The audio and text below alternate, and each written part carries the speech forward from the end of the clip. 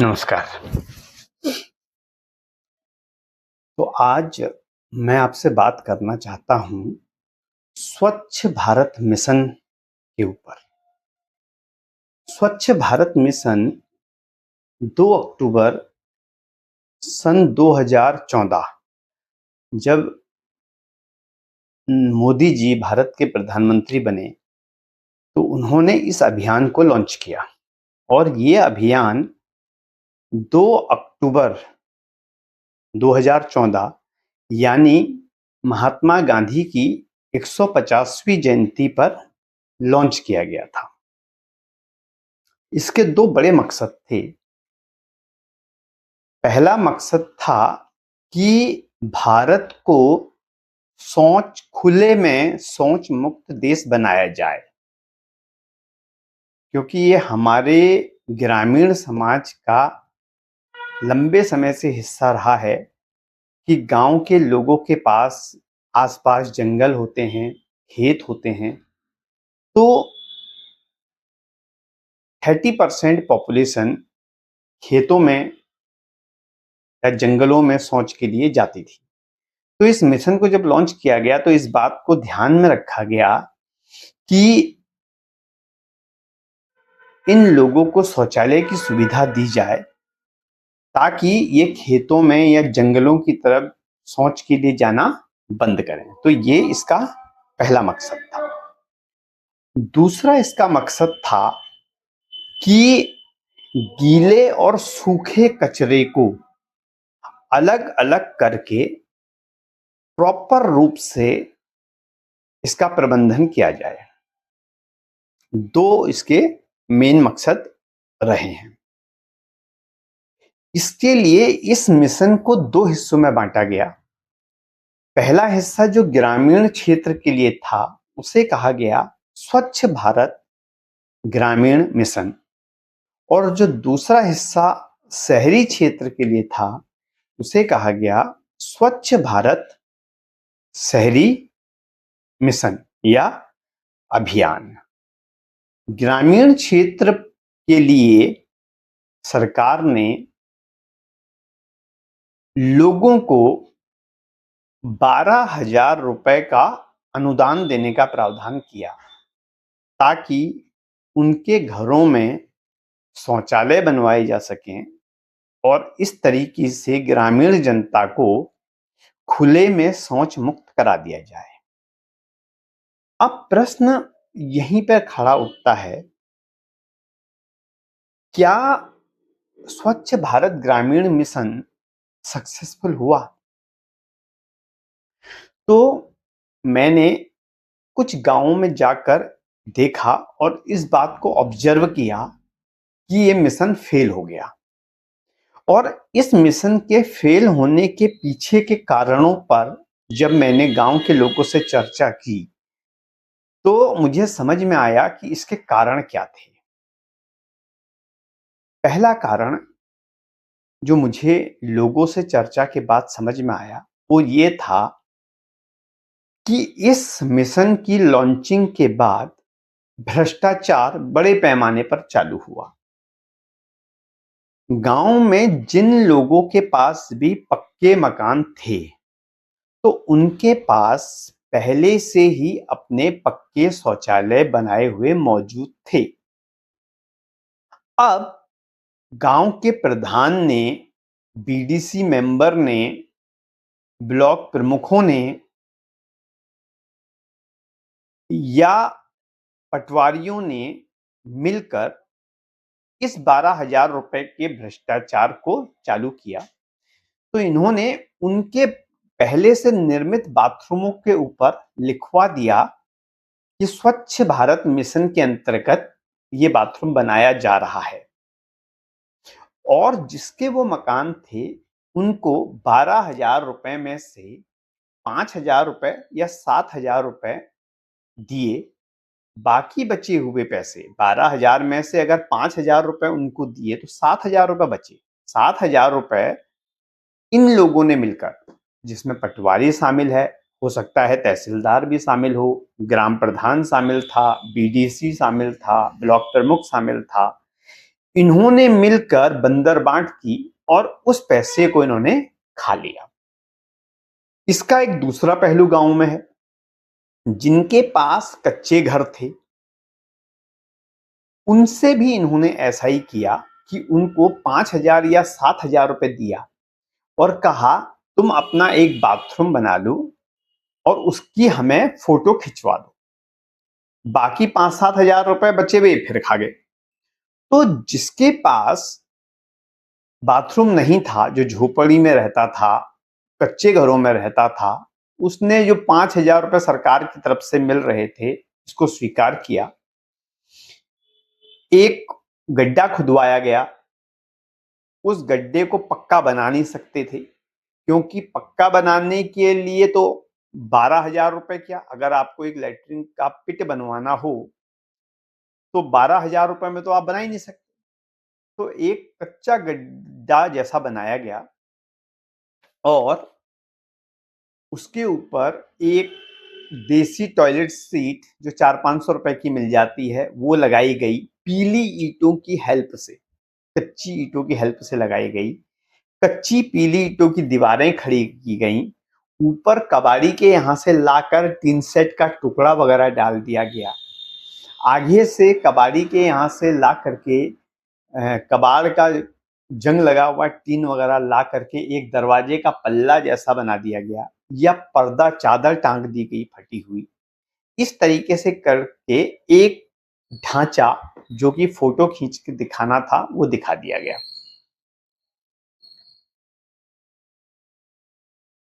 तो 12,000 रुपए पहले तो जब सरकार ने डिसाइड किया, गलत डिसाइड किया क्योंकि इससे आप एक टॉयलेट नहीं बना सकते। ये हमें समझना होगा। एक सिंपल सा टॉयलेट बनाने का खर्च भी कम से कम मैं समझता हूं आज की डेट में 40,000 रुपए के आसपास जाता है क्योंकि आपको फिट चाहिए जो 20,000 रुपए के आसपास, तो लैट्रिन का गड्ढा जो 6 फीट 6x8 का होगा उसमें चला जाएगा, प्लस ऊपर एक ढांचा खड़ा करोगे, उसको लेंटर डालोगे तो 40,000 रुपए सिंपली चाहिए। एक टंकी भी लगाओगे, एक टैंक भी रखोगे तो 12,000 रुपए में बन नहीं सकता था। अब इससे क्या हुआ, ये जो ढांचा टॉयलेट के रूप में खड़ा किया गया ये 5-6 महीने में ही जर्जर अवस्था में पहुंच गया क्योंकि ना तो ये टॉयलेट करने लायक था और ना ये सुविधाओं से भरपूर था। कुल मिलाकर ग्रामीण लेवल पर स्वच्छ भारत मिशन के अंतर्गत जो शौच मुक्त भारत बनाने की कल्पना थी वो यहां पर धराशायी हो गई, पूरी तरीके से फेल हो गई। और भ्रष्टाचार, जैसा कि मैंने कहा, पैसे का बंदरबांट हुआ। अरबों रुपए इस मिशन के अंतर्गत दिया गया कागजों में, लेकिन जरूरतमंद तक वो भी नहीं पहुंचा। वो सरकारी विभाग में और नेताओं की अपनी जेब के अंदर पहुंच गया। अब इस मिशन का दूसरा पहलू शुरू होता है जो शहरी क्षेत्र को लेकर है, जिसका नाम था स्वच्छ भारत शहरी मिशन। इसके अंतर्गत 2-3 पॉइंट थे। पहला पॉइंट था कि शहरी क्षेत्र में जगह जगह पर सामुदायिक शौचालय बनाए जाएंगे जिसको कि शहरी क्षेत्र के लोग यूज करेंगे। तो प्रश्न उठता है, क्या ऐसा हुआ? तो ऐसा बिल्कुल भी नहीं हुआ। मैं सितारगंज का एग्जांपल आपको देता हूं। सितारगंज में बीच बाजार में आज से 25-30 साल पहले बना हुआ एक शौचालय था जो आज भी है। उसमें थोड़ी सी टाइल लगाई गई, थोड़ा सा व्हाइट वॉश किया गया और उसके बाद उसमें ताला मारकर छोड़ दिया गया। वो उस जगह के लोगों के यूज के लिए भी नहीं है, ताला पड़ा हुआ उसमें रहता है। और कुछ समय के बाद उसके दरवाजे उखड़ गए, उसकी टाइलें उखड़ गई, उसके हाल बुरे हैं।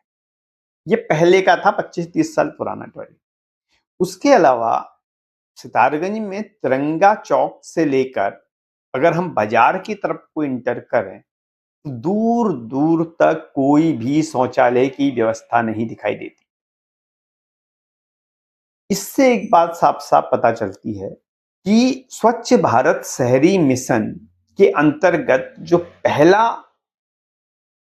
एक उद्देश्य था कि सामुदायिक शौचालय बनाए जाएं, वो फेल हो गया। दूसरा एक उद्देश्य था कि गीले और सूखे कचरे को अलग अलग करके साइंटिफिक रूप से इसका प्रबंधन किया जाए।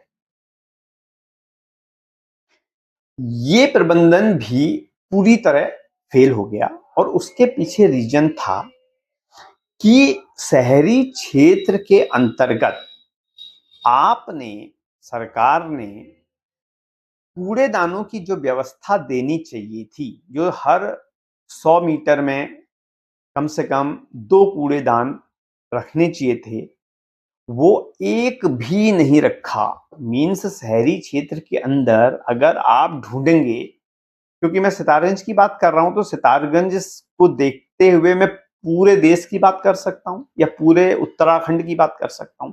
जब सितारगंज में डस्टबिन नहीं है तो मैं नहीं समझता कि देहरादून में होगा, मैं नहीं समझता कि हल्द्वानी में होगा, मैं नहीं समझता कि काशीपुर में होगा, रामनगर में होगा, कहीं भी नहीं।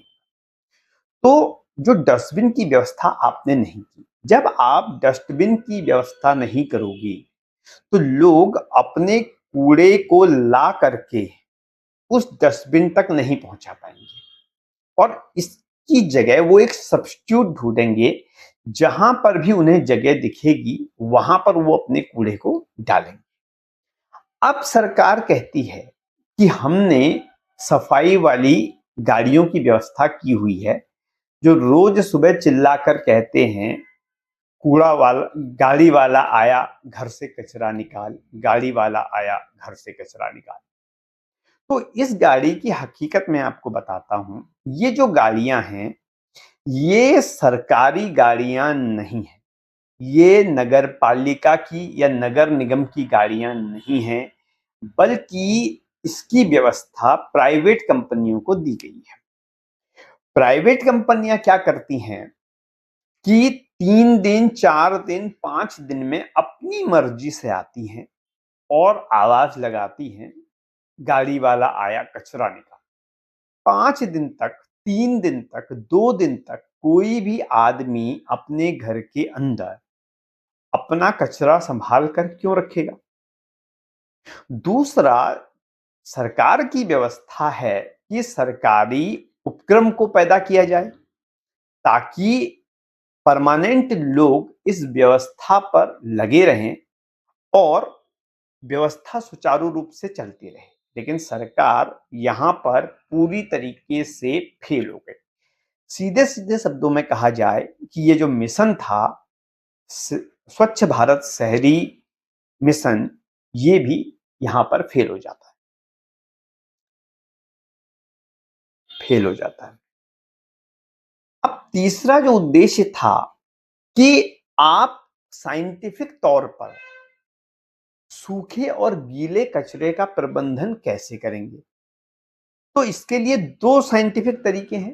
पहला साइंटिफिक तरीका है कि डिच ग्राउंड बनाने का, जहां पर आप कचरे को ले जाकर डंप कर दें, डंपिंग ग्राउंड भी उसे कहते हैं, वहां डंप कर दें। तो आपने ऐसे ग्राउंड जरूर बनाए, लेकिन उन ग्राउंड को आपने कूड़े के ढेर में बदल दिया, कूड़े के पहाड़ में बदल दिया। और उसका कारण क्या हुआ कि आपने सूखे कचरे और गीले कचरे को एक ही जगह पर ले जाकर फेंक दिया। अगर आप केवल गीले कचरे को उस जगह पर फेंकते तो वो समय के साथ डिकम्पोज हो जाता, सड़ जाता, डिकम्पोज होकर फर्टिलाइजर के रूप में यूज हो जाता। उसको जो है आप फैला सकते थे, वो खाद बनकर यूज हो जाता।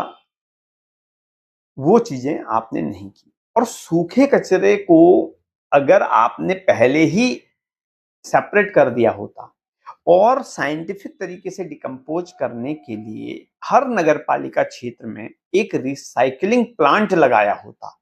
तो सूखा कचरा शुरुआती दौर से ही जब वो इकट्ठा हो रहा था तो वहां से इकट्ठा होकर रिसाइकलिंग प्लांट तक पहुंचता और साइंटिफिक तरीके से उसका मैनेजमेंट पॉसिबल हो पाता।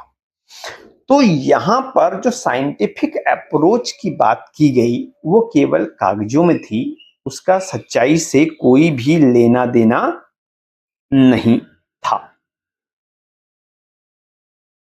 ये था स्वच्छ भारत मिशन के अंतर्गत चीजें क्यों नहीं बदली। आज 12 साल बाद भी 2014 में ये अभियान लॉन्च किया गया। 12 साल बाद भी हमारा जो रेट ऑफ सक्सेस है वो 0 है। अच्छा, एक चीज और कमाल है, हर साल एक दिन स्वच्छता दिवस बनाया जाता है। उस दिन प्रधानमंत्री मोदी जी एक झाड़ू पकड़ लेते हैं, राष्ट्रपति एक झाड़ू पकड़ लेते हैं, उत्तराखंड के चीफ मिनिस्टर एक झाड़ू पकड़ लेते हैं, नगर पालिका के चेयरमैन अपने अपने इलाके में एक झाड़ू पकड़ लेते हैं, विधायक एक झाड़ू पकड़ लेते हैं और थोड़े से कूड़े पर पहले से उस कूड़े को मैनेज किया जाता है, मंगाया जाता है, उनकी इच्छा अनुसार उनको डाला जाता है और उस पर वो नौटंकी करते हुए दिखाई देते हैं और ज्ञान देते हैं। तो ज्ञान देना काफी नहीं है, लोगों का काम है कि वो अपने घर को साफ रखें। वो इस काम को बखूबी कर रहे हैं, वो अपने घर का कूड़ा इकट्ठा करते हैं, पॉलिथीन में भरते हैं या डस्टबिन में भरते हैं और इंतजार करते हैं कि स्वच्छता की गाड़ी रोज आए तो उसमें डालें, लेकिन वो नहीं आती।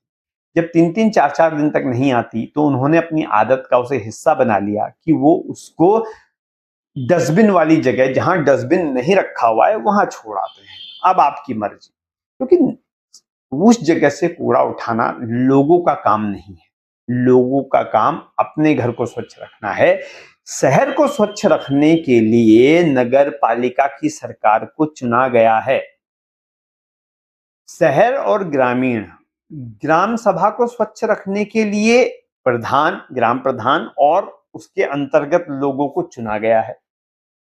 पूरे क्षेत्र को स्वच्छ रखने के लिए, जिसमें नगर क्षेत्र और ग्रामीण क्षेत्र दोनों आते हैं और मिलकर एक विधानसभा बनाते हैं, उसके लिए एक विधायक को चुना गया है। कई सारी विधानसभाओं से मिलकर एक लोकसभा बनाई गई है, उसके लिए एक सांसद को चुना गया है। पूरे प्रदेश के लिए एक प्रदेश का मुखिया, मुख्यमंत्री चुना गया है। पूरे देश के लिए एक देश का मुखिया, प्रधानमंत्री चुना गया है। तो भाई, सरकार का काम यही है कि वो स्वच्छ भारत बनाए, उसके लिए पॉलिसी बनाए। पॉलिसी जब तक सही नहीं होंगी आप स्वच्छ भारत नहीं बना सकते। ये केवल एक दिखावा रह जाएगा, इसके अलावा कुछ भी नहीं होगा। तो समझने की जरूरत है, अपनी अपनी कुर्सी की पेटी खोलकर उठिए, देखिए ये जो 250 ग्राम का दिमाग आपको मिला हुआ है, इसका यूज कीजिए और सोचिए कि कैसे चीजों को संभव बनाया जाए। वरना इस देश का, इस समाज का, शहरों का, गांवों का, प्रदेश का कुछ नहीं हो सकता। मुझे सुनने के लिए बहुत बहुत धन्यवाद। आप सुन रहे थे हेम बुतलाकोटी को उनके यूट्यूब चैनल हेम बुतलाकोटी व्लॉग्स के जरिए। Thank you very much. नमस्कार, शुक्रिया।